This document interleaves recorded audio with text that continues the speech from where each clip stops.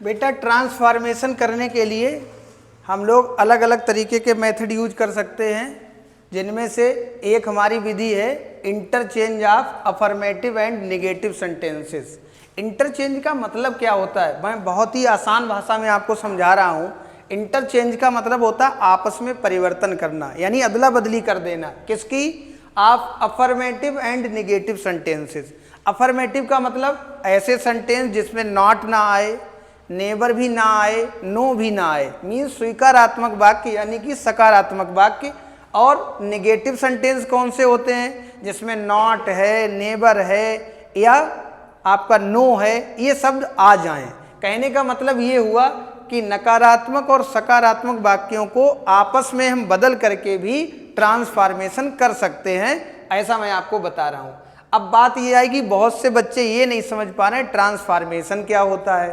तो बेटा बहुत अच्छे से समझिए, ट्रांसफॉर्मेशन का मतलब होता है किसी सेंटेंस का रूप तो बदल जाए, यानी उसका फॉर्म तो चेंज हो जाए, लेकिन उसका अर्थ चेंज ना हो, उसका सेंस चेंज ना हो, उसका भाव चेंज ना हो।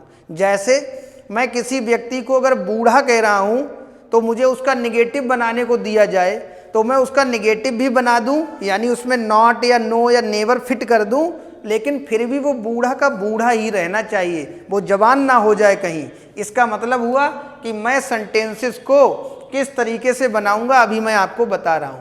इसके लिए सबसे हमारा जो पहला रूल है, यानी रूल नंबर 1, ये है कि किसी सेंटेंस में लिखे हुए कोई एडजेक्टिव आ जाता है या कोई सेंटेंस में मेन शब्द आ जाता है, मैं उसका अपोजिट शब्द लगाऊंगा और उस अपोजिट से पहले नॉट लगा लूंगा, तो मेरा सेंटेंस अफर्मेटिव से निगेटिव में भी चेंज हो जाएगा और मेरा ट्रांसफॉर्मेशन भी हो जाएगा, यानी अफर्मेटिव निगेटिव बन जाएगा, लेकिन उसका सेंस चेंज नहीं होगा। जरा समझिए, एक एग्जाम्पल दे रहा हूं आपको। तो रूल नंबर एक का हमारा नाम क्या है? अपोजिट शब्दों का प्रयोग करके, यानी अपोजिट या विलोम शब्दों का प्रयोग करके, ये हमारे रूल का नाम है। और इसमें करके क्या करके? अपोजिट शब्दों का यानी विलोम शब्दों का प्रयोग करके भी हम अफर्मेटिव सेंटेंस को निगेटिव में बदल सकते हैं और उसका ट्रांसफॉर्मेशन रूप बन जाएगा। कैसे? देखिए जरा एग्जाम्पल। जैसे मैंने एग्जाम्पल में पहला एग्जाम्पल लिया, she is beautiful. She is beautiful, तो सी इज वो है, ब्यूटीफुल मीन्स सुंदर, वह सुंदर है। कोई लड़की है, कोई महिला है, वो सुंदर है। अब मुझे क्या करना है? मैं यहाँ पर इसका नेगेटिव बना रहा हूँ, तो सी इज। अब जो ब्यूटीफुल शब्द है मैं इसका अपोजिट लगा दूंगा, लिखा नहीं अपोजिट शब्दों का प्रयोग करके, तो ब्यूटीफुल का मैं अपोजिट लगाऊंगा। अब ब्यूटीफुल मीन्स सुंदर होता है, और सुंदर का जो विलोम होता है वो अगली होता है। क्या होता है? अगली। इस अगली को हम लोग अगर हिंदी में कहें तो बदसूरत भी कह सकते हैं, कुरूप भी कह सकते हैं, जिसका रूप अच्छा ना हो। तो सी इज अगली, लेकिन मुझे करना क्या है? अपोजिट शब्दों का प्रयोग करना। उससे पहले क्या लगाना है? नॉट लगा लेना है। तो यहाँ मैं क्या करूँगा, इसका मैंने अपोजिट लगाया और उससे पहले मैं क्या लगा दूँ? नॉट, और सेंटेंस बन गया सी इज नॉट अगली। जरा देखना भाई, सी इज ब्यूटीफुल, वह सुंदर है। सी इज नॉट ब्यूटीफुल, इस सेंटेंस में नो या नॉट या नेवर नहीं आया, इसीलिए सेंटेंस हमारा अफर्मेटिव था, और इसमें हमने नॉट लगा दिया तो निगेटिव बन गया, यानी अफर्मेटिव को निगेटिव में चेंज कर दिया। अब जरा ये देखो, अफर्मेटिव निगेटिव तो चेंज हो गया, क्या इसका भाव भी चेंज तो नहीं हो गया? तो रूप तो इसका बदल गया है, लेकिन इसका भाव चेंज नहीं हुआ। क्यों? सी इज ब्यूटीफुल, वो सुंदर है। सी इज नॉट अगली, यानी वो अगली नहीं है, बदसूरत नहीं है। तो अगर मैं कहूँ वो बदसूरत नहीं है, इसका मतलब खूबसूरत है, अच्छी है, सुंदर है, तो इसका मतलब दोनों का भाव एक है, और मैंने अपोजिट लगा लिया, यानी इसका मैंने अपोजिट लगाया, उससे पहले मैंने नॉट लगाया, हमारा बन गया। जरा दूसरा सेंटेंस देखिए, the edge sharp. The knife means चाकू, इज मीन्स है शार्प मीन्स तेज, चाकू तेज है, मैं इसका निगेटिव बनाऊंगा, द नाइफ इज, अब शार्प का मैं अपोजिट लिख दूंगा, शार्प माने तेज होता है जिसमें धार बहुत हो उसे तेज कहते हैं, इसका जो अपोजिट होता है वो ब्लंट होता है। ब्लंट का मतलब गुट्ठल है जिसमें कोई धार नहीं है, यानी बिना धार का, और इससे पहले क्या लगा दूं, नॉट, तो क्या बन गया, द नाइफ माने चाकू, इज माने है, नॉट माने नहीं, ब्लंट मीन्स गुट्ठल, चाकू गुट्ठल नहीं है, जब गुट्ठल नहीं है तो कैसा हो गया, तेज है, सीधी सी बात है। एक सेंटेंस और, I am rich, low, I am rich, मैं धनवान हूं, मैं कैसा हूं, धनी हूं, अमीर हूं, तो अमीर का उल्टा क्या होता है भाई, सबको पता है, पुअर हो जाएगा। आई एम ऐसे ही लिख लो। अब मैंने रिच का अपोजिट लिख दिया, इससे पहले क्या कर दूं, नॉट, यही तो कर ही रहे थे, यहाँ भी अपोजिट किया, उससे पहले नॉट, यहाँ भी अपोजिट किया, उससे पहले नॉट, यहाँ भी अपोजिट किया, उससे पहले नॉट, क्या अर्थ निकला, आई एम रिच, मैं धनवान हूँ, मैं धनी हूँ, मैं अमीर हूँ, आई एम नॉट पुअर, मैं गरीब नहीं हूँ, मैं गरीब नहीं हूँ, इसका मतलब जो गरीब नहीं हूँ तो कैसा हो गया, धनी हो गया, यानी दोनों का अर्थ, दोनों सेंटेंसेस का अर्थ कैसा है, सेम हो गया, यानी दोनों का भाव सेम हो गया, इसी को हम लोग ट्रांसफॉर्मेशन कहते हैं। तो मुझे लग रहा है कि शायद अपोजिट शब्दों का प्रयोग करके वाला रूल आपको समझ में आ गया होगा। एक सेंटेंस और भी मैं आपको लिख करके जरा आपसे पूछ रहा हूं, वो आप लोगों को बताना है, बता देंगे भैया, बोलो, बताना है आपको, छोटा सा सेंटेंस, ठीक, ये सेंटेंस है, इसका आपको आंसर देना है।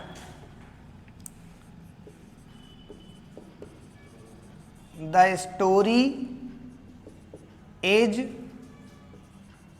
वेरी इंटरेस्टिंग, स्टोरी बहुत इंटरेस्टिंग है, यानी स्टोरी बहुत मनोरंजक है, जिसमें खूब मजा आ रहा है, और जिसमें बिल्कुल मजा ना आए, the story is not very, भाई मैंने नॉट लगा लिया, वेरी इंटरेस्टिंग से पहले नॉट लगा लिया, अब मैं इंटरेस्टिंग का उल्टा लगाऊंगा, तो या तो मैं बोरिंग लिख सकता हूं, या डल भी लिख सकता हूं, या मोनोटोनस लिख सकता हूं, मतलब इंटरेस्टिंग का उल्टा लिखना जिसमें मुझे इंटरेस्ट ना आए, तो मैं बोरिंग लिख रहा हूं, स्टोरी इज, बोलो, नॉट वेरी बोरिंग, बोरिंग नहीं है, इसका मतलब कैसी है ना, या मैं कुछ और लिख दूं, एक सेंटेंस और, रवि इज टाल बॉय, रवि इज अ टाल बॉय, रवि एक लंबा लड़का है, तो क्या बन जाएगा, रवि इज नॉट, अब अ टॉल जो लिखा है, एक लंबा, लंबा से उल्टा करना है हमको, और लंबा का उल्टा क्या होता है, ड्वार्फ, ड्वार्फ माने बौना, जिसकी लंबाई कम हो, ठिगना जिसे कहते हैं, तो टाल का उल्टा ड्वार्फ कर लिया, है ना, और नॉट यहाँ लिखा, लेकिन टाल से पहले ए लगा, इसलिए ए लगा देंगे, अ ड्वार्फ बॉय, तो रवि इज अ टाल बॉय, रवि एक लंबा लड़का है, Ravi is not a dwarf boy, Ravi एक बौना लड़का नहीं है, जब बौना लड़का नहीं है तो कैसा हो गया, लंबा लड़का हो गया, बात समझ में आ गई। अभी मैं कह दूं माई मदर इज थिन, मेरी मम्मी पतली हैं, सेंटेंस बन जाएगा my mother is not fat, क्योंकि थिन का उल्टा क्या होता है, फैट, समझ में आ गया। ठीक, दूसरा रूल हम लोग पढ़ेंगे, ये एक रूल हमारा हो पाया है ना। अब रूल नंबर जो 2 है वो ये है कि बेटा पॉजिटिव डिग्री और कंपैरेटिव डिग्री को आपस में चेंज कर देने से भी अफर्मेटिव निगेटिव की चेंजिंग हो जाती है, क्योंकि पॉजिटिव डिग्री अगर अफर्मेटिव में होती है तो कंपैरेटिव डिग्री हमेशा निगेटिव में बनती है, और अगर पॉजिटिव डिग्री निगेटिव में होती है तो कंपैरेटिव डिग्री हमेशा अफर्मेटिव में बनती है। यानी कंपैरेटिव डिग्री और पॉजिटिव डिग्री को आपस में इंटरचेंज कर देने से, आपस में बदल देने से भी हमारा अफर्मेटिव से निगेटिव वाली चेंजिंग हो जाएगी। अभी मैं एक उदाहरण देकर के आपको समझा रहा हूँ। अगर हम किसी पॉजिटिव डिग्री के सेंटेंस को कंपैरेटिव डिग्री के सेंटेंस में या कंपैरेटिव डिग्री के सेंटेंस को पॉजिटिव डिग्री के सेंटेंस में बदलते हैं तो इससे भी हमारा अफर्मेटिव सेंटेंस नेगेटिव में या नेगेटिव सेंटेंस अफर्मेटिव में चेंज हो सकता है। जैसे मैं आपको यहाँ पर एक एग्जाम्पल दे रहा हूँ कि भाई Radha is as fat as Meera. इसका मतलब क्या हुआ? राधा है, एज फैट उतनी ही मोटी, एज मीरा जितनी की मीरा। तो राधा उतनी मोटी है जितना कि मीरा, यानी राधा और मीरा दोनों एक बराबर मोटाई में हैं, दोनों कोई किसी से कम या ज़्यादा नहीं है। तो राधा उतनी ही मोटी है जितनी कि मीरा। ये सेंटेंस पहले तो ये समझिए पॉजिटिव डिग्री का है कि कंपैरेटिव डिग्री का है। जिन लोगों ने डिग्री पढ़ रखी है उनको पता है, बाकी मैं एक बार आपको क्लियर कर रहा हूँ। जब भी किसी सेंटेंस में आपको एडजेक्टिव दिया हो, उस एडजेक्टिव से पहले आपको एज मिल जाए तो वो पॉजिटिव डिग्री होती है और पॉजिटिव डिग्री की भी अफर्मेटिव होती है, ठीक है। और अगर पॉजिटिव डिग्री का नेगेटिव सेंटेंस होगा तो यहाँ पर एज नहीं लिखा होगा, एडजेक्टिव से पहले सो लिखा होगा, एडजेक्टिव के बाद एज लिखा होगा। यानी सो एज मिल जाए, बीच में एडजेक्टिव मिल जाए तो भी पॉजिटिव डिग्री है, और एज मिल जाए तो भी पॉजिटिव डिग्री है। लेकिन पॉजिटिव डिग्री में अगर अफर्मेटिव वाला है तो एज मिलेगा, और सो एज मिल गया इसका मतलब पॉजिटिव का निगेटिव सेंटेंस है। फिलहाल कोई बात नहीं, तो ये पॉजिटिव डिग्री का अफर्मेटिव सेंटेंस है। अब बेटा इसको मुझे कंपैरेटिव में बनाना है तो करूँगा क्या? पॉजिटिव डिग्री अगर कभी भी पॉजिटिव डिग्री अगर अफर्मेटिव सेंटेंस के रूप में होती है तो उसकी कंपैरेटिव हमेशा नेगेटिव बनेगी, और अगर ये नेगेटिव में होगी तो इसकी कंपैरेटिव हमेशा अफर्मेटिव में बनेगी। और एक बात, शुरुआत वाली जो चीज़ होती है वो लास्ट में जाती है और लास्ट वाली चीज़ शुरुआत में आती है। जिस तरीके से हम लोग एक्टिव पैसिव वॉइस में करते थे उसी की तरह। अब सवाल ये आया कि शुरुआत का कितना माना जाएगा, लास्ट का कितना माना जाएगा? जितना आपको हेल्पिंग वर्ब से पहले लिखा मिले वो हमेशा स्टार्टिंग माना जाएगा, और इधर एज या सो एज के बाद जो भी लिखा मिल जाए वो हमेशा लास्ट का माना जाएगा। इसका मतलब हुआ सो एज या एज के बाद मीरा लिखा, ये लास्ट वाला है, शुरू में आएगा, और हेल्पिंग वर्ब से पहले राधा लिखा, ये कहाँ जाएगा? अंत में जाएगा। तो मीरा को कहाँ ले आएंगे? इधर शुरुआत में।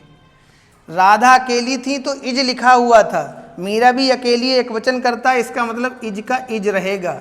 अभी मैंने आपसे कहा कि अगर ये पॉजिटिव में पॉजिटिव डिग्री अगर अफर्मेटिव में है तो ये निगेटिव में बनेगी, और निगेटिव में है तो ये अफर्मेटिव बनेगी। तो भाई ये कैसी है हमारी? अफर्मेटिव। इसका मतलब ये कैसी बनेगी? निगेटिव। और निगेटिव जब भी बनेगी तो नॉट लगाएंगे कहाँ? अपने हेल्पिंग वर्ब के बाद, यानी is are am was were जो भी मिलेगा उसके तुरंत बाद नॉट लगा देंगे। तो भाई हमारा क्या हो जाएगा? नॉट हो गया। Meera is not. अब एक बात और समझिए, ठीक? क्या समझिए कि हम लोग इस पॉजिटिव डिग्री को कंपैरेटिव में बना रहे हैं। तो पॉजिटिव डिग्री की खास बात थी कि उसमें एडजेक्टिव से पहले और बाद में एज या सो एज आएगा। यानी पॉजिटिव डिग्री का सेंटेंस अगर अफर्मेटिव में है तो एज आएगा, और नेगेटिव में है तो सो एज आएगा। लेकिन एज और सो एज फिलहाल पॉजिटिव डिग्री में ही आता है। कंपैरेटिव डिग्री में ना तो सो एज आएगा ना एज आएगा। आप कहोगे फिर क्या आएगा?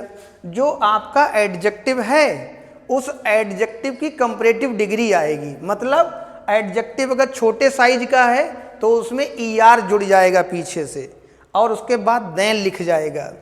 और अगर कंपैरेटिव डिग्री का जो एडजेक्टिव है वो काफ़ी बड़ा होता है तो आप लंबे एडजेक्टिव को पीछे ER नहीं लगाएंगे, उससे पहले मोर लगा लेते हैं। ठीक? जैसे उदाहरण के लिए समझिए, अभी मैं आपसे कह रहा हूँ फैट की कंपैरेटिव डिग्री, तो आप कह दोगे फैटर। मैं कहूँ भाई थिन की कंपैरेटिव डिग्री तो थिनर, कोल्ड की कोल्डर, हॉट की हॉटर, बिग की बिगर, स्मॉल की स्मॉलर, टॉल की टॉलर, समझ गए। लेकिन अगर लंबे शब्द आ जाएं, बहुत लंबे लंबे शब्द, जैसे इंटरेस्टिंग शब्द आ गया तो इंटरेस्टिंग में ER जोड़ के इंटरेस्टिंगर नहीं बनाएंगे, उसे कर देंगे मोर इंटरेस्टिंग। अगर बहुत लंबा शब्द है जैसे इंडस्ट्रियस, इंडस्ट्रियस मीन्स परिश्रमी होता है, मेहनती होता है, तो आप इंडस्ट्रियस में ER नहीं जोड़ेंगे, मोर इंडस्ट्रियस कर देंगे। अगर लेबोरियस आ गया तो मोर लेबोरियस कर देंगे।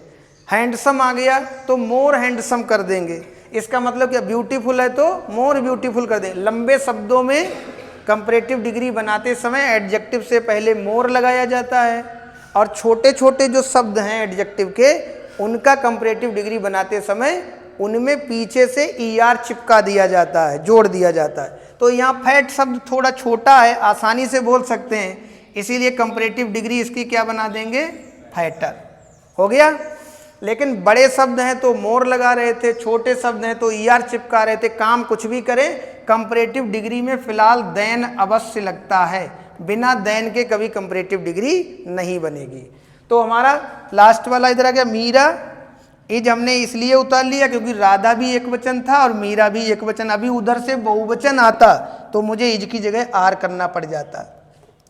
ऊपर कहीं नॉट नहीं था तो हमको नॉट लगाना पड़ा। एज एज या सो एज तो पॉजिटिव डिग्री में लगता है, हम कंपैरेटिव बना रहे हैं इसलिए हम ना एज एज लगाएंगे ना सो एज लगाएंगे, बल्कि अपने एडजेक्टिव में छोटा इसलिए ER चिपकाया, बड़ा होता तो मोर लगाते, और देन तो लगेगा ही लगेगा। अब कुछ नहीं बचा, अब शुरुआत वाली चीज को उठा के लास्ट में रख दो। शुरुआत का कौन था, राधा, तो यहाँ राधा लिख दिया। जरा दोनों का अर्थ देखो, हमारी पॉजिटिव डिग्री कंपैरेटिव डिग्री में बदल चुकी है, और हम जरा दोनों का अर्थ देखे ले रहे हैं। राधा इज, राधा है, एज फैट उतनी ही मोटी, एज मीरा जितनी की मीरा, यानी राधा उतनी ही मोटी है जितनी की मीरा। इसका मतलब राधा और मीरा दोनों कैसे हैं, बराबर मोटे। यहाँ क्या करें, मीरा इज नॉट, मीरा नहीं है, फैटर मीन्स अधिक मोटी, देन राधा, राधा से। इसका मतलब मीरा राधा से अधिक मोटी नहीं है, तो अधिक मोटी नहीं है इसका मतलब राधा भी इससे कम नहीं है। कहने का मतलब इस सेंटेंस में भी कह रहे थे दोनों एक दूसरे के बराबर मोटे हैं, और इस सेंटेंस से भी स्पष्ट हो रहा है कि मीरा राधा से अधिक मोटी नहीं है, यानी राधा भी मीरा की टक्कर की है मोटाई में। तो इसका मतलब दोनों एक से एक बढ़कर हैं, दोनों कोई किसी से कम नहीं है। बात समझ में आ गई। अगर ये सेंटेंस निगेटिव होता तो हम इसे कैसे बनाते, अफर्मेटिव में बना देते।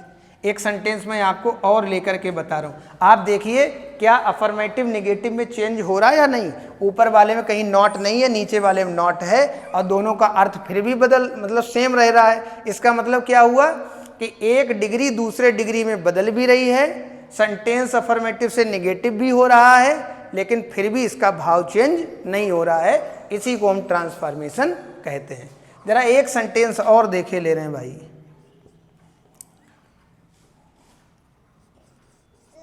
मोहन, पास्ट सेंटेंस का लिए ले रहा हूं, पास्ट टेंस का सेंटेंस नहीं, पास्ट टेंस लिए ले रहा हूं। Mohan was visor then Manoj.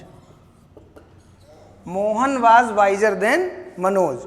Mohan was, Mohan था, वाइजर देन, मैंने कहा ER और देन आ जाए, इसका मतलब कंपैरेटिव डिग्री होगी, है ना। अब कि मैंने कंपैरेटिव डिग्री लिख दिया, तो मोहन वाज, मोहन था, वाइजर मीन्स अधिक बुद्धिमान, देन मनोज, मनोज से, यानी मोहन मनोज से अधिक बुद्धिमान था। अब मैं करूँगा क्या, हेल्पिंग वर्ब से जो पहले लिखा होता है वो स्टार्टिंग माना जाता है, और इधर इज आर एम मतलब ये मिल जाए एज एज या सो एज, या फिर कंपैरेटिव डिग्री है तो देन के बाद जो लिखा मिल जाए वो लास्ट का माना जाएगा। तो आपका ये वाला मैंने दोनों बॉक्स बना दिए, स्टार्टिंग वाला बॉक्स और लास्ट वाला, यानी मनोज को इधर ले आइए, मोहन को उधर ले जाइए। अभी ले जा रहे हैं, मनोज इधर आ जाओ भाई, आ गए मनोज भाई। तो मनोज, मोहन भी अकेला था, मनोज भी अकेला है, इसका मतलब बाज ऐसे ही रहेगा। ऊपर वाले सेंटेंस में कहीं भी नॉट नहीं है, जब नॉट होता तो हम छोड़ देते, लेकिन नहीं है तो हमको लगाना पड़ेगा। है ना, नॉट की तो दुश्मनी रहती है पॉजिटिव कंपैरेटिव डिग्री में। तुम्हारे में लगा होगा तो हम नहीं लगाएंगे, नहीं लगा तो लगाएंगे। तो मोहन बाज, अब क्या कर दूं, नॉट कर दिया, नॉट। ठीक, अब जरा मुझे ये बताओ यार, ये ER और देन जो लिखा हुआ है, ये ER और देन कौन सी डिग्री में लगता है, कंपैरेटिव में। अभी देख लो आप, ER और देन किस में लग रहा था, कंपैरेटिव में। क्या पॉजिटिव डिग्री में कहीं ER और देन लगता है, नहीं। पॉजिटिव में दो काम होते हैं, या तो एज एज या फिर सो एज। तो भाई मुझे यहाँ पर अपने इस वाइज यानी अपने एडजेक्टिव से पहले और बाद में सो एज या एज एज फिट करना है। जरा ध्यान करो, मैंने अभी क्या बताया, एज एज तब लगेगा जब ये अफर्मेटिव में होगा, और अगर निगेटिव में होगा तो क्या लगेगा, सो एज। सेंटेंस हमारा कैसा है, नॉट लिखा हुआ है, इतना बड़ा बड़ा नॉट लिखा है, इसका मतलब निगेटिव है। जब निगेटिव है तो एज एज लिखा जाएगा या सो एज, इसका मतलब सो एज लिखा जाएगा। अगर पॉजिटिव यानी अफर्मेटिव लिखा जाता, सेंटेंस होता, तो मेरा एज एज आता। लेकिन यहाँ हमारा नॉट लिखा है, निगेटिव है, इसका मतलब मुझे सो एज लगाना है। तो Manoj was not so wise as. अब एज एज तक आ गया, देखो जरा, एज एज तक आ गया तो इसके बाद में क्या होता है, हमेशा अंत वाला, यानी जो शुरुआत की चीज़ है वो कहाँ पहुँच जाएगी, अंत में। और शुरुआत में कौन लिखा था, मोहन, तो यहाँ मोहन लिख दिया। सेंटेंस हमारा बदल गया। ये हमारी कंपैरेटिव डिग्री का सेंटेंस था और ये हमारी पॉजिटिव डिग्री का सेंटेंस है। ये हमारी पॉजिटिव डिग्री का सेंटेंस था तो हमने कंपैरेटिव, यानी एक उदाहरण में मैंने पॉजिटिव को कंपैरेटिव में बदला और एक उदाहरण में मैंने कंपैरेटिव को पॉजिटिव में बदला। ठीक, जरा इसका भी अर्थ देख लेते हैं। मोहन वाज, मोहन था, वाइजर मीन्स अधिक बुद्धिमान, देन मनोज, मनोज से। मोहन मनोज से अधिक बुद्धिमान था, यानी ज़्यादा बुद्धिमान कौन था, मोहन मनोज से अधिक बुद्धिमान था। यहाँ करें मनोज वाज नॉट, मनोज नहीं था, सो वाइज इतना बुद्धिमान, एज मोहन जितना कि मोहन। तो मनोज इतना बुद्धिमान नहीं था जितना मोहन, इसका मतलब मनोज कम बुद्धिमान था, मोहन ज़्यादा। और यहाँ भी कह रहे तो मोहन मनोज से अधिक बुद्धिमान था या मनोज उतना बुद्धिमान नहीं था जितना कि मोहन, बात एक ही है, बस अपने अपने ढंग से बात को कह दिया गया। ये सेंटेंस अफर्मेटिव का है, ये निगेटिव का है। हम लोग अफर्मेटिव से निगेटिव की चेंजिंग ही तो पढ़ रहे हैं। तो पहला रूल हमने कौन सा पढ़ा, अपोजिट शब्दों का प्रयोग करके, और दूसरा पढ़ लिया पॉजिटिव और कंपैरेटिव डिग्री को आपस में बदलकर। ठीक, तीसरा हमारा जो रूल आ रहा है वो बहुत ही सरल है, बहुत छोटा भी है। क्या, किसी सेंटेंस में एलॉन या ओनली आ जाए, क्या आ जाए, एलॉन शब्द आ जाए या ओनली आ जाए, तो उस शब्द को हम लोग हटा देंगे और सेंटेंस से पहले ननवट लगा देंगे, बस। अभी मैं आपको बता रहा हूं, ये सेंटेंस बहुत ही सरल है। बंद कर दो। किसी सेंटेंस में बेटा अगर ओनली या एलॉन शब्द आ जाए और आपको उस सेंटेंस का ट्रांसफॉर्मेशन करना है, यानी कि उसको निगेटिव अफर्मेटिव से निगेटिव में बनाना है, तो आप करेंगे क्या, शब्द में उस पूरे सेंटेंस में जो एलॉन या ओनली शब्द कहीं पर भी आया हो, आप उसे उसकी जगह से हटा देंगे और वाक्य के प्रारंभ में आपको क्या लगा देना है, ननवट लगा देना है, बस। और कुछ नहीं करना, बहुत ही आसान रूल है, इसे छोटे बच्चे भी बड़ी आसानी से कर सकते हैं। ज़रा देखिए कैसे, जैसे मैं आपको एक एग्जाम्पल दे रहा हूँ, मैंने लिख दिया only Sunita will get a prize. Only केवल, सुनीता, सुनीता विल गेट प्राप्त करेगी, या प्राइज मीन्स एक पुरस्कार, केवल सुनीता एक पुरस्कार प्राप्त करेगी। इस सेंटेंस में कुछ नहीं करना, हमें अफर्मेटिव से निगेटिव बनाना है।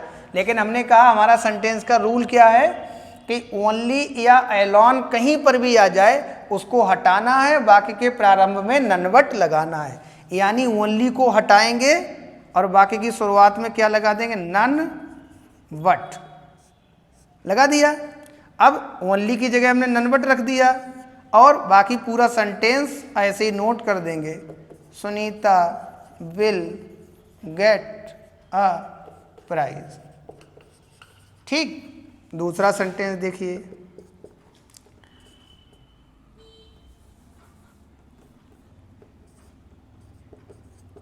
विजय एलॉन बॉट अ बुक। मैंने सेंटेंस लिख दिया, विजय ने, एलॉन मीन्स अकेले, बॉट मीन्स खरीदी, अ बुक मीन्स एक किताब। विजय ने अकेले एक किताब खरीदी। मैंने अभी बताया ओनली या एलॉन को हटाना है, लेकिन वाक्य के प्रारंभ में ननवट लगाना है। अभी ऊपर के सेंटेंस में ओनली को हटाया, ननवट लगाया, तो ओनली शुरू में लिखा था, लेकिन हमने ननवट भी कहाँ लगाया? शुरू में। अब की सेंटेंस में एलॉन आ गया विजय के बाद, यानी कर्ता के बाद, तो क्या ननवट को हम यहाँ लगाएं या शुरू में ही लगाएं? मैंने लिख दिया ऊपर, वाक्य के प्रारंभ में ननवट लगाना, यानी एलॉन तो हटेगा यहाँ से, लेकिन इसके बदले में ननवट विजय के बाद नहीं लिखा जाएगा, ननवट सबसे पहले लिखा जाएगा। तो ननवट, ये ननवट किसके मारे आया? क्योंकि हमने आपको क्या किया? एलॉन को हटाया, ननवट फिट कर लिया। लेकिन फिट कहाँ पर करेंगे? सेंटेंस की स्टार्टिंग में।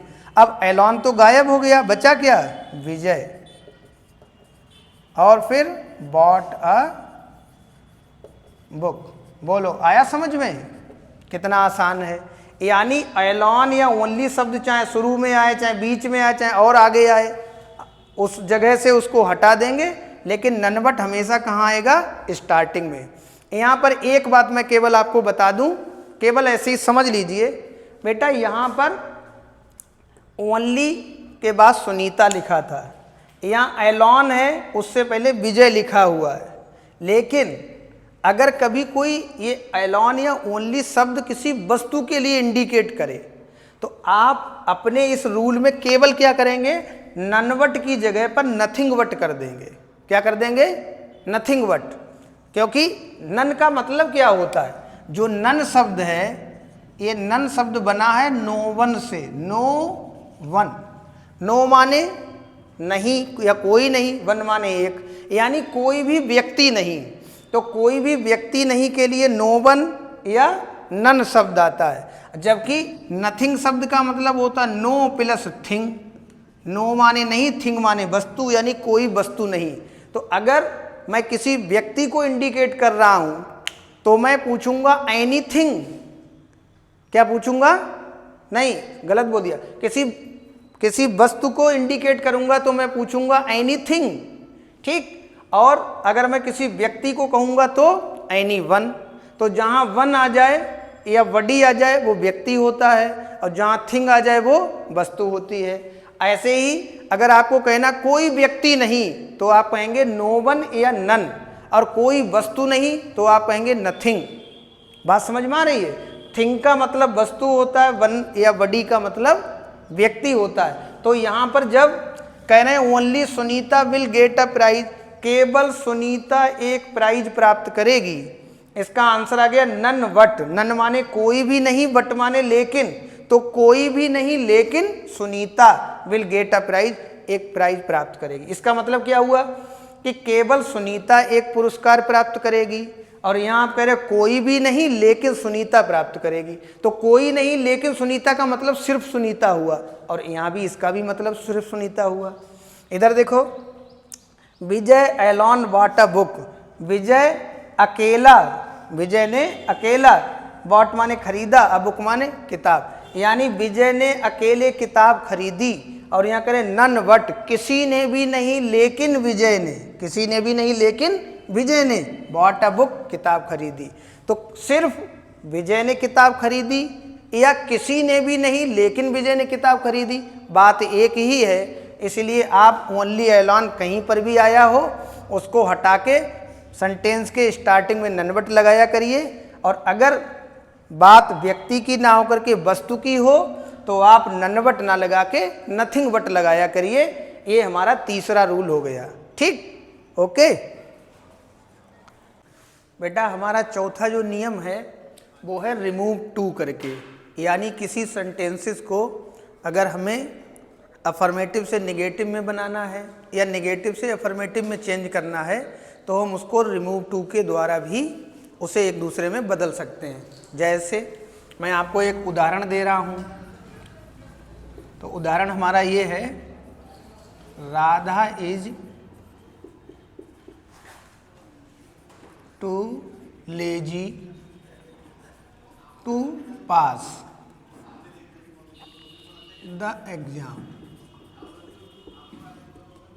मैंने क्या लिखा? Radha is too lazy to pass the exam. ये हमारा एक अफर्मेटिव सेंटेंस है, क्योंकि मैंने इसमें ना तो नो लगाया, ना नेवर लगाया, ना नॉट लगाया, यानी हमारा सेंटेंस कैसा है? अफर्मेटिव। और हमें इसको किस में चेंज करना है? निगेटिव में। तो हमें कुछ नहीं करना है, इसका रिमूव टू कर देंगे। रिमूव टू करने के लिए क्या करते हैं? ऐसा करते हैं कि जो हमारे सेंटेंस में TOO होता है, इसे हम लोग एडवर्ब टू कहते हैं, क्योंकि ये एडजेक्टिव से पहले लगा हुआ होता है और इसके तुरंत बाद में इन्फिनेटिव दिया होता है, यानी टू प्लस वर्ब की फर्स्ट फॉर्म। जब हम इसको बदलेंगे या इसका रिमूव टू करेंगे तो उसके लिए कुछ छोटी छोटी बातें हैं जिसको हमें फॉलो करना है। क्या करना है? सबसे पहले हम राधा को ऐसे ही लिख लेंगे, यानी सब्जेक्ट ऐसे ही लिखा जाता है, अपनी हेल्पिंग वर्ब ऐसे ही उतार लेते हैं। ये जो टू लिखा हुआ होता है एडवर्ब टू, इसके बदले हम इसकी जगह पर सो लिख देते हैं, यानी टू को किस में बदलेंगे? सो में। इसके बाद में अपना एडजेक्टिव जो भी लिखा होगा उसे नोट कर देंगे। एडजेक्टिव नोट करने के बाद हम लोग एक बार अपनी तरफ से दैट लगाते हैं, तो दैट जोड़ देंगे और दैट जोड़ने के बाद ये देखेंगे कि ऊपर जो सेंटेंस दिया है उसमें शुरुआत में कैसा सब्जेक्ट दिया है। अगर सब्जेक्ट में किसी लेडीज का नाम है या पता चल रहा है कि कोई लेडीज है, जैसे सी लिखा है, माई सिस्टर लिखा है, माई मदर लिखा है, हर लिखा है, सी लिखा है, इस तरीके से कुछ भी लिखा होगा तो हम लोग समझ जाएंगे कि लेडीज है, यानी हमें यहाँ पर सी यूज करना है। अगर जेंट्स की जानकारी होगी तो हमें ही यूज करना है। अगर बहुवचन आ जाएगा तो हमको दे यूज करना है। अब यह राधा लिखा है तो राधा का मतलब हमको क्या यूज करना है? सी यूज करना है, तो हम लोग सी लिख लेंगे यहाँ। ठीक है। इसके बाद क्या करते हैं? इस कर्ता के बाद यहाँ जो भी हेल्पिंग वर्ब होती है उस पर ध्यान देते हैं। अगर इज आर एम दिया हुआ है तो हमें यहाँ पर अपना इस कर्ता लिखने के बाद कैन नॉट यूज करना पड़ता है, और अगर बाज वर्ब मिल गया तो हमको कुड नॉट लिखना पड़ता है। तो यहाँ पर भाई देखो इज मिल गया, ऐसे ही अगर आर या एम मिल जाता तो भी हमको क्या लिखना है? Can not. ये हमने कैन नॉट कर दिया। इसके बाद मुझे क्या करना है? अगर यहाँ इज आर एम है तो मैं कैन नॉट लिख रहा हूँ, अगर बाज वर्ब होता तो कुड नॉट लिख देता। इतना लिखने के बाद हम लोग ये देखते हैं कि इन्फिनेटिव टू वाला टू कहाँ पर लिखा है। तो इन्फिनेटिव टू वाला टू भाई ये लिखा हुआ है। क्यों? क्योंकि टू के तुरंत बाद वर्ब की फर्स्ट फॉर्म आ गई। टू के तुरंत बाद अगर वर्ब की फर्स्ट फॉर्म होती उसे इन्फिनेटिव कहते हैं। तो बेटा ये वाला टू हमें मिल गया जिसमें सिंगल ओ बना हुआ है। इस टू के बाद जितनी भी चीज़ें लिखी होती हैं, अगर केवल वर्ब लिखी हुई है तो सिर्फ वर्ब को लिख देंगे, और वर्ब के संग में कुछ और लिखा है तो एज सच, यानी जैसा का तैसा हमें उतार देना पड़ता है। तो यहाँ टू के बाद क्या लिखा? पास द एग्जाम, तो हम लिख देंगे पास द एग्जाम। ये हमने रिमूव टू किया, लेकिन रिमूव टू करते ही करते हमने देखा कि हमारा अफर्मेटिव से निगेटिव की चेंजिंग भी हो गई। मैं आपको एक उदाहरण और भी दे रहा हूं। He was too tired to work, ये लिखा हुआ हमारा सेंटेंस। इसका भी हम लोग रिमूव टू करेंगे, और जैसे ही रिमूव टू करेंगे तो अफर्मेटिव से निगेटिव अपने आप से चेंज हो जाएगा। देख लो भाई, सबसे पहले अपने सब्जेक्ट को नोट करेंगे, हेल्पिंग वर्ब नोट करेंगे। टू के बदले क्या लिखते हैं? सो, तो टू के बदले यहाँ सो आ गया।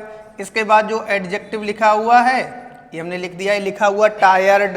टायर्ड मीन्स थका हुआ। इतना हो गया।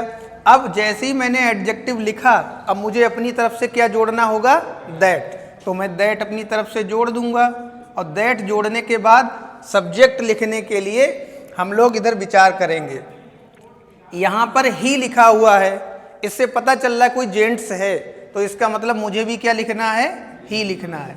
अगर यहाँ मान लीजिए माई ब्रदर लिखा होता तो भी हम समझ जाते कि जेंट्स है, तो हमें ही लिखना पड़ता। माई फ्रेंड लिखा होता तो फ्रेंड में भाई दोनों बातें हो सकती हैं, हो सकता बॉयफ्रेंड हो सकता गर्लफ्रेंड हो, तो यहाँ पर ही सी दोनों लिख सकते हैं, फ्रेंड में दोनों आ जाएंगे। लेकिन अगर लिखा माई ग्रैंड मदर, इसका मतलब सी लिखना है। कुछ भी लिखा हुआ, अगर प्लेयर लिखा हुआ खिलाड़ी, तो खिलाड़ी में जेंट्स भी हो सकता है, लेडीज, तो आप अपनी मर्जी का कोई सा यूज करेंगे। लेकिन बहुवचन होगा तो दे लगाएंगे। दे लिखा हुआ है तो भी दे आएगा, आई लिखा हुआ है तो आई ही रहेगा, ही लिखा हुआ है तो ही रहेगा, सी लिखा हुआ है तो सी रहेगा, दे लिखा है तो दे रहेगा, बहुवचन है तो भी दे रहेगा, और जेंट्स पता लगे तो ही, लेडीज पता लगे तो सी। बड़ा आसान है। अब बेटा दैट के बाद मैंने ही लिखा इसलिए ही लिख लिया। अब मुझे किस पर विचार करना होता है, अपनी इस हेल्पिंग वर्ब पर। और हेल्पिंग वर्ब में अगर इज आर एम मिलेगा तो मुझे क्या लिखना होता है, कैन नॉट। और बाज वर लिखा हुआ हो तो क्या लिखना है, कुड नॉट। इसका मतलब मुझे बाज या वर मिल गया तो मुझे क्या लिखना है, कुड नॉट। अब कैन नॉट या कुड नॉट के बाद केवल वही चीज लिखी जाती है जो इन्फिनिटिव टू के बाद लिखी होती है, और इन्फिनिटिव टू ये वाला मिल गया। इसके तुरंत बाद देखो केवल वर्ब लिखी है तो मुझे केवल वर्ब लिखनी है। और अगर वर्ब के संग में और कोई चीज, जैसे यहाँ देखो वर्ब तो ये थी, द एग्जाम एक्स्ट्रा लिखा था तो मैंने द एग्जाम पूरा नोट कर दिया। अगर यहाँ लिखा होता he was too tired to work any more लिखा होता, है ना, या कुछ भी लिखा होता, तो अगर एनी मोर लिखा तो एनी मोर लिख देते। जो भी लिखा होगा उसको हम लोग नोट कर देंगे। एक बात और बता दूं, आप कहोगे सर अफर्मेटिव से निगेटिव की चेंजिंग यहाँ भी हो गई, अफर्मेटिव से निगेटिव की चेंजिंग यहाँ भी हो गई, लेकिन अगर इस सेंटेंस में जो ऊपर लिखा है जिस सेंटेंस का रिमूव टू करना है वो सेंटेंस ही निगेटिव में हो तो क्या करेंगे। तो भाई अगर ऊपर के सेंटेंस में जिस सेंटेंस का हमको रिमूव टू करना है अगर वहीं पर निगेटिव लिखा है, मान लीजिए टू से पहले नॉट लिखा होता या यहाँ टू से पहले नॉट लिखा होता, इसका मतलब वो निगेटिव था। तो निगेटिव वाले का रिमूव टू जब करेंगे तो हम लोग जहाँ कैन नॉट लिख रहे थे वहाँ केवल कैन लिखा जाएगा, और जहाँ कुड नॉट लिख रहे थे वहाँ केवल कुड लिखा जाएगा। मतलब सीधी सी बात ये है कि जिस सेंटेंस का रिमूव टू करना है अगर उसमें पहले से नॉट दिया है तो रिमूव टू करते समय हमको नॉट इस्तेमाल नहीं करना है, और अगर ऊपर नॉट नहीं दिया है तो हमको नॉट लगाना है। यानी ऊपर का सेंटेंस निगेटिव है तो हमें केवल कैन लिखना है या कुड लिखना है वो देख लेंगे। इज आर एम मिल गया तो कैन लिख देंगे, बाज वर मिल गया तो कुड लिख देंगे। और ऊपर नॉट नहीं लिखा तो इज आर एम वाले में कैन नॉट और बाज वर वाले में कुड नॉट। मुझे उम्मीद है कि आपको ये वाला रूल समझ में आ गया होगा। अगर कोई प्रॉब्लम होती है तो आप मुझसे पूछ सकते हैं। इसके बाद हमारा रूल नंबर 5 आता है। रूल नंबर 5 जिसको बच्चे बड़ा कठिन समझते हैं, लेकिन कठिन नहीं है, ये बहुत सरल है। मैं आपको तरीका बता रहा हूँ, स्टेप बाय स्टेप समझिए, आपको बड़ा आसान लगेगा।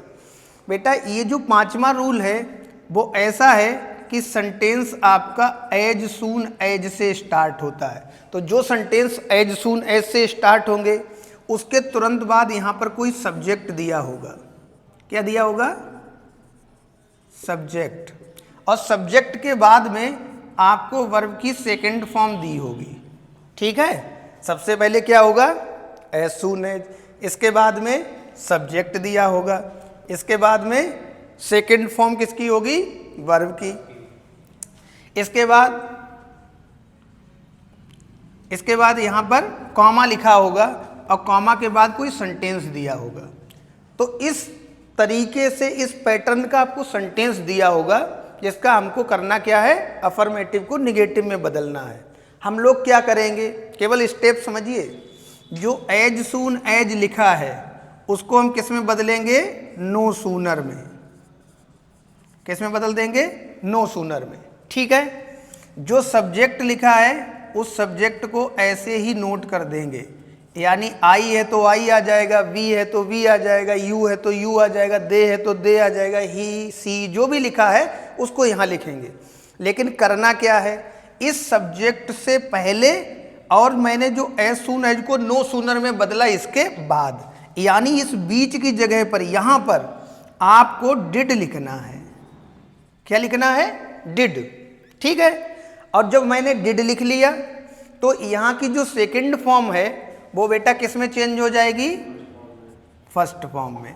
क्योंकि आपको इतना तो पता होना चाहिए कि जब भी किसी सेंटेंस में डिड शब्द आ जाए तो उस सेंटेंस में वर्ब की हमेशा फर्स्ट फॉर्म आती है। आता तो डू और डज में भी है, लेकिन डिड वाले की अभी बात हो रही है इसलिए मैं डिड बता रहा हूं। तो आपको फर्स्ट फॉर्म यहां पर यूज करनी है। ठीक है। और इतना करने के बाद जो आपका कॉमा लगा हुआ है इस कॉमा को आप बदल देंगे और कॉमा को बदल के आपको यहाँ THAN नोट करना है। देन नोट कर दिया। आगे का जो सेंटेंस होता है वो सेंटेंस सेम टू सेम यहाँ लिख देंगे, चाहे प्रेजेंट टेंस में हो, चाहे पास्ट टेंस में हो, चाहे फ्यूचर टेंस में हो।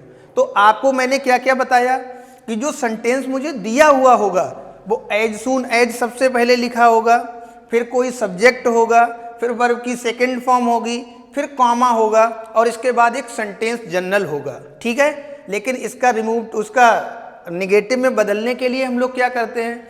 एज सून एज को किस में बदलेंगे? नो सूनर में। इतना बदल लिया। जो सब्जेक्ट है वो वैसा ही रहेगा, लेकिन सब्जेक्ट से पहले हमको जोड़ना क्या है? डिड। और ये डिड ही क्यों जोड़ रहे हैं? क्योंकि बात सेकंड फॉर्म की है। अगर फर्स्ट फॉर्म यहाँ पर लिखा होता तो कुछ और करते, लेकिन यहाँ हमेशा डिड ही लिखा होगा। क्यों? क्योंकि सेकंड फॉर्म होगी। तो सेकंड फॉर्म को फर्स्ट फॉर्म में बदलेंगे। उससे पहले जो कर्ता लिखा होगा उस कर्ता से भी पहले हमको क्या लगाना है? डिड लगाना।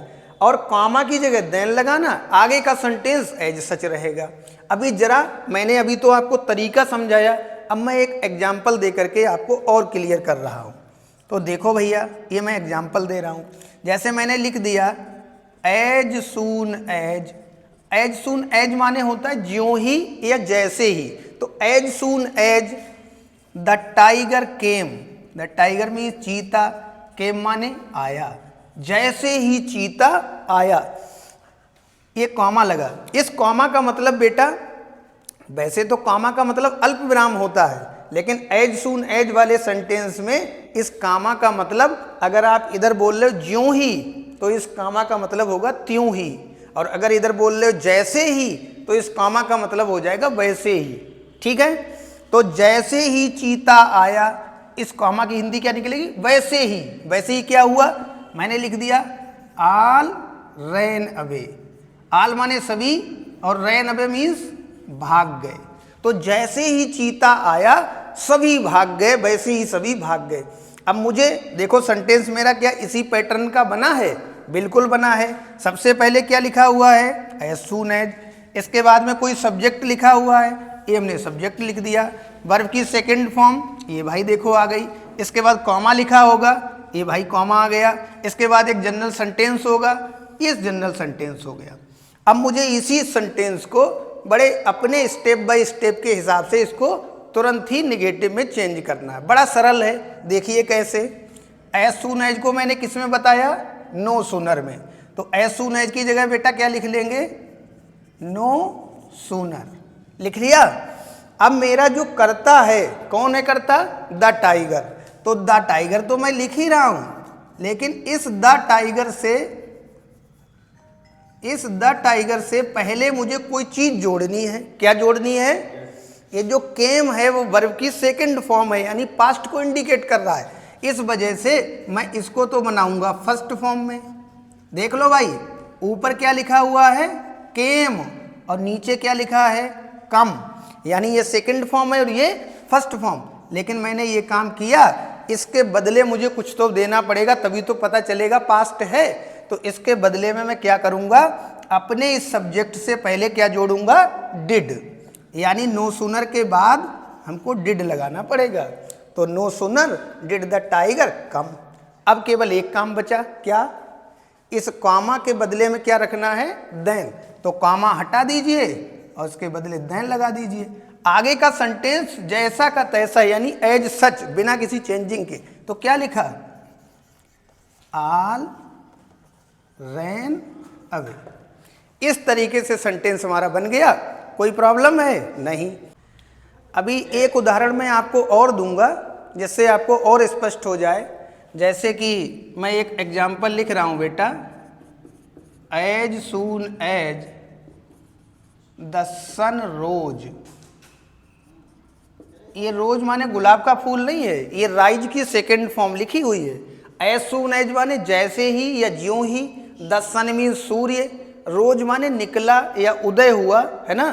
तो जैसे ही सूर्य उदय हुआ या सूर्य जैसे ही निकला, और इस कॉमा का मतलब बताइए क्या होगा, वैसे ही। मैंने कहा अगर एज सून एज से सेंटेंस शुरू है और इसकी हिंदी आप जैसे ही निकाल रहे हो तो कॉमा का मतलब वैसे ही निकलेगा।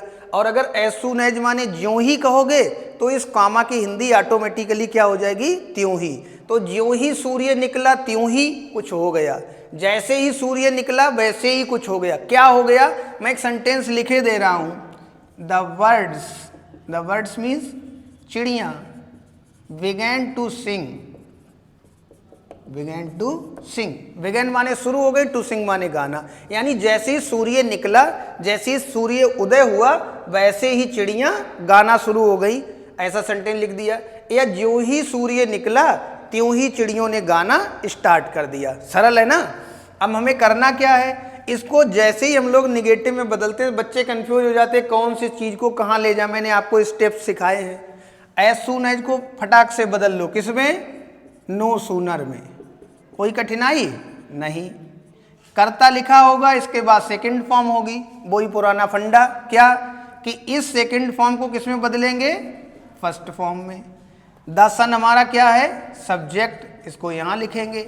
लेकिन इससे पहले क्या जोड़ना था, डिड, है ना। तो यहां आपने डिड लिख दिया। इतना हो गया। अब आपको क्या करना है, अपने इस कॉमा को यहां से हटाइए, इसकी जगह क्या लिख दीजिए, देन। लिख दिया। आगे का सेंटेंस कुछ भी लिखा हो, किसी टेंस का हो, कोई दिक्कत नहीं है, सेम टू सेम उतार दिया करो। द वर्ड्स बिगेन टू क्या, सिंग। बताइए कोई कठिनाई लगी। तो अफर्मेटिव सेंटेंस को निगेटिव में बनाने का जो पांचवा रूल हमारा था, एज सून एज वाला, यानी एज सून एज को नो सूनर में बदलेंगे, सेकंड फॉर्म को फर्स्ट फॉर्म में बदलना, लेकिन कर्ता से पहले डिड लगा लेना है, कॉमा की जगह देन लगा लेना है, आगे का सेंटेंस ज्यों का त्यों नोट कर देना है। ठीक। लास्ट रूल हमारा है अफर्मेटिव को निगेटिव में चेंज करने का, और इसे रूल नंबर 6 बोलेंगे। बहुत सरल है। इसका नाम है बेटा डिड नॉट फेल टू का यूज करके। डिड नॉट फेल टू का प्रयोग करके या यूज करके। ठीक है, देख लेते हैं क्या है इसमें। जब कोई सेंटेंस पास्ट टेंस का हो, अफर्मेटिव में हो, और उसको हमको निगेटिव में बदलना हो, ठीक, क्योंकि हम ट्रांसफॉर्मेशन कर रहे हैं। अब ट्रांसफॉर्मेशन में शर्त क्या है कि भाई सेंटेंस का रूप बदल जाए लेकिन भाव चेंज नहीं होना चाहिए। तो हम लोग करेंगे क्या, मैं आपको बड़ा अच्छे से इसका उदाहरण दे रहा हूं। जैसे पहला एग्जाम्पल मैं दे रहा हूं, आई सा द ताजमहल लास्ट ईयर। आई सा मैंने देखा, द ताजमहल यानी ताजमहल, लास्ट ईयर पिछली साल, पिछली साल मैंने ताजमहल देखा। तो मुझे क्या करना है, जो हमारी वर्ब की सेकंड फॉर्म लिखी हुई है उसकी जगह पर हमको डिड नॉट फेल टू कर देना है और कुछ नहीं करना है। तो मैं क्या करूं, आई। अब मैं इस सेकंड फॉर्म को हटाऊंगा और मैं क्या लिख दूंगा, डिड नॉट फेल टू। तो मैंने लिख दिया डिड नॉट फेल टू। लेकिन भैया जैसे ही मेरा ये आया डिड नॉट फेल टू आया, तो इसके बाद में मुझे एक वर्ब तो लिखनी ही पड़ेगी। अब वो वर्ब मैं कहाँ से लिखूंगा, जिस सेकंड फॉर्म की वर्ब लिखी हुई थी उसी सेकंड फॉर्म को हमको फर्स्ट फॉर्म में बदल देना है। यानी जो सा है वो सेकंड फॉर्म है, लेकिन किसकी सेकंड फॉर्म है, सी की। सी एक वर्ब है, हमने यहाँ लिख दिया। तो मैंने इस सेकंड फॉर्म को फर्स्ट फॉर्म में बदला और उससे पहले क्या लिख दिया, डिड नॉट फेल टू, इतना मैंने जोड़ दिया। ठीक, आगे क्या बचा, द ताजमहल लास्ट ईयर। तो the Taj Mahal last year. देखो क्या मतलब निकला, आई सा मैंने देखा द ताजमहल, माने ताजमहल लास्ट ईयर मीन्स पिछली साल, तो पिछली साल पिछले वर्ष मैंने ताजमहल को देखा। आई डिड नॉट फेल, मैं असफल नहीं हुआ, टू सी द ताजमहल, यानी ताजमहल को देखने में लास्ट ईयर माने पिछली साल। यानी ऊपर वाले सेंटेंस का अर्थ है कि मैंने पिछली साल ताजमहल देखा, और दूसरे नीचे वाले सेंटेंस का क्या मीनिंग है कि पिछली साल मैं ताजमहल देखने में असफल नहीं रहा। जब असफल नहीं रहा इसका मतलब मैं सफल हो गया, तो दोनों का सेंस एक निकल रहा है, लेकिन ऊपर वाला अफर्मेटिव है और नीचे वाला निगेटिव है। एक सेंटेंस और, यू